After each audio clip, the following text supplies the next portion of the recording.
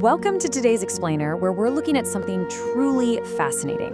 We are breaking down the newly released May 2026 financial filings for Linde India Limited. Now, I'm calling this specific analysis the tale of two realities. Why? Well, because on one hand, you have a corporate powerhouse posting numbers that most companies only dream of. But if you read the fine print, and I mean really dig into it, you'll discover a high-stakes, multi-year legal drama unfolding at the very highest courts in India. It's a massive story of regulatory showdowns, disputed valuations, and corporate borders literally drawn on a map. Here is our agenda for this explainer.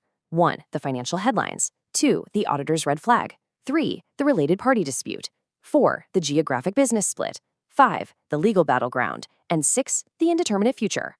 Let's start with Section 1, the financial headlines, a record-breaking year on the surface. Right off the bat, looking at the fiscal year ending March 31st, 2026, Linde India Limited looks like an absolute juggernaut. The company is generating massive revenue from its gases, related products, and project engineering segments, and they are clearly eager to reward their shareholders. I mean, on the surface, things look incredible. Just look at this massive 120% total dividend recommended by the board of directors. That equates to 12 rupees per equity share, and it includes a huge 80% special dividend. When a company issues an 80% special dividend, they are basically shouting to the market that they are incredibly cash-rich and highly profitable. It is a bold statement of financial health, for sure. And those dividends are backed up by some truly rock-solid fundamentals.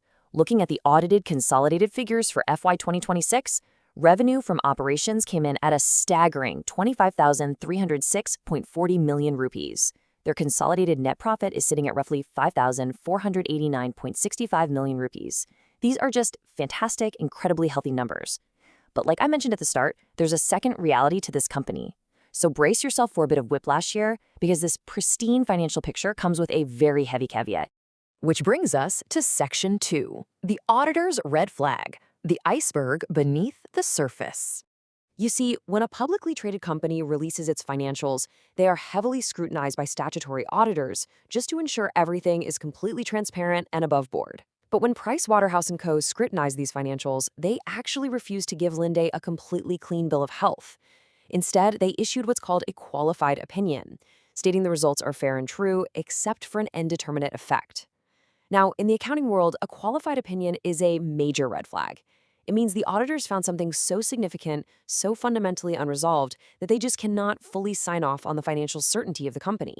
Pricewaterhouse is essentially pointing out a massive iceberg right beneath the surface of those stellar profits. Section 3. The related party dispute. How do we measure materiality?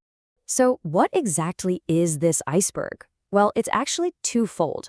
The first issue is a fierce, fundamental disagreement between Linde India and the Securities and Exchange Board of India, commonly known as SEBI, over how corporate transactions are calculated.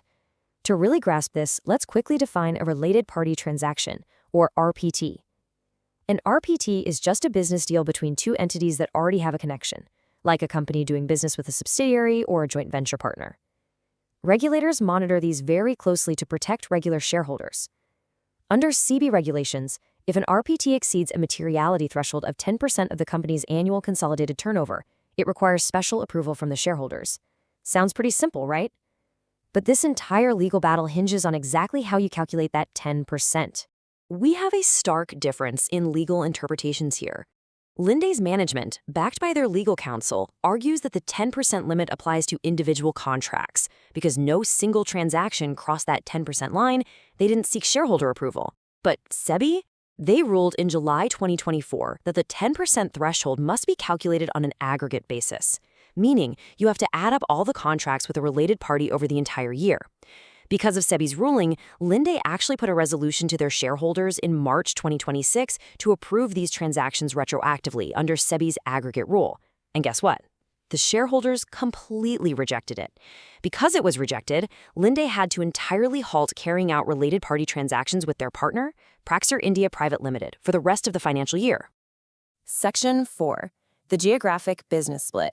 Dividing the map with Praxair. This leads us perfectly into the second major issue and the other half of that auditor's red flag.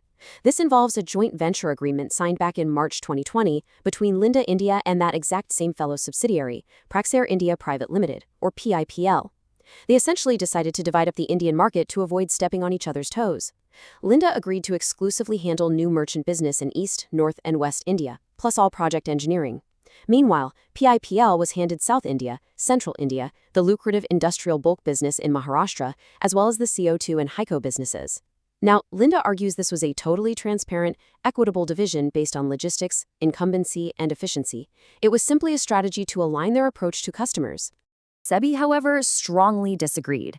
As their July 2024 order states, this seemingly benign but arbitrary reallocation of business presents a potential risk to the future growth prospects of the company. SEBI's viewpoint is that this wasn't just some logistical strategy. It was effectively a transfer of future resources and opportunities away from Linde directly to a related party. SEBI argued that an action this massive required rigorous scrutiny and, crucially, a proper financial valuation exercise before it ever happened, just to ensure public investors weren't losing out. Section 5. The legal battleground, from SEBI to the Supreme Court. So, Linde did not just accept SEBI's rulings on those related party thresholds or the geographic split. They fought back, sparking a very rapid escalation right through the Indian judicial system. Tracking the timeline, we start with that pivotal SEBI order in July 2024. Linde appealed to the Securities Appellate Tribunal, or SAT, but in December 2025, SAT dismissed Linde's appeal, fully upholding SEBI's view. Undeterred, Linde took it to the absolute highest authority in the land, the Supreme Court of India. In January 2026, the Supreme Court admitted the appeal, but critically, they did not grant a stay on SEBI's orders. This allowed the National Stock Exchange to go ahead and appoint a registered valuer to calculate the exact worth of the business Linde allegedly gave up in that map split. Linde received that explosive valuation report on March 16, 2026. And that brings us right up to the wire for this financial filing. On April 1, 2026, literally just weeks before these financials were approved, Linde filed an interlocutory application in the Supreme Court. Their goal?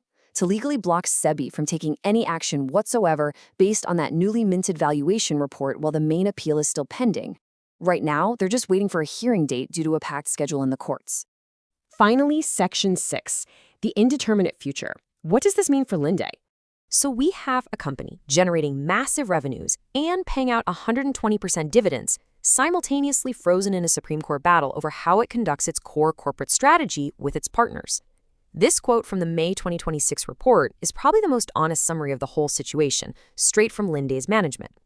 They recognize the uncertainties, but because the matter is entirely sub judice, meaning it is actively under judicial consideration, the financial impact of that valuation report and those regulatory rulings is, quote, not presently ascertainable. Even the company's brilliant financial minds simply cannot predict what the Supreme Court will decide, or what penalties or restructurings SEBI might enforce if Linde loses. Which leaves us with this final hanging question. We've seen the stellar profits, absolutely, but we've also seen the qualified audit and the intense legal scrutiny over exactly how Linde calculates its deals and divides its territories.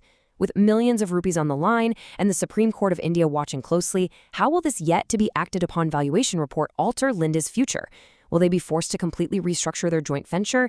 Will the aggregate transaction rules change how they operate forever? It's a totally fascinating corporate drama, and whatever the Supreme Court decides, the ripples will be felt across the entire market. Thanks for joining me on this explainer, and we will definitely keep a close eye on where this goes next.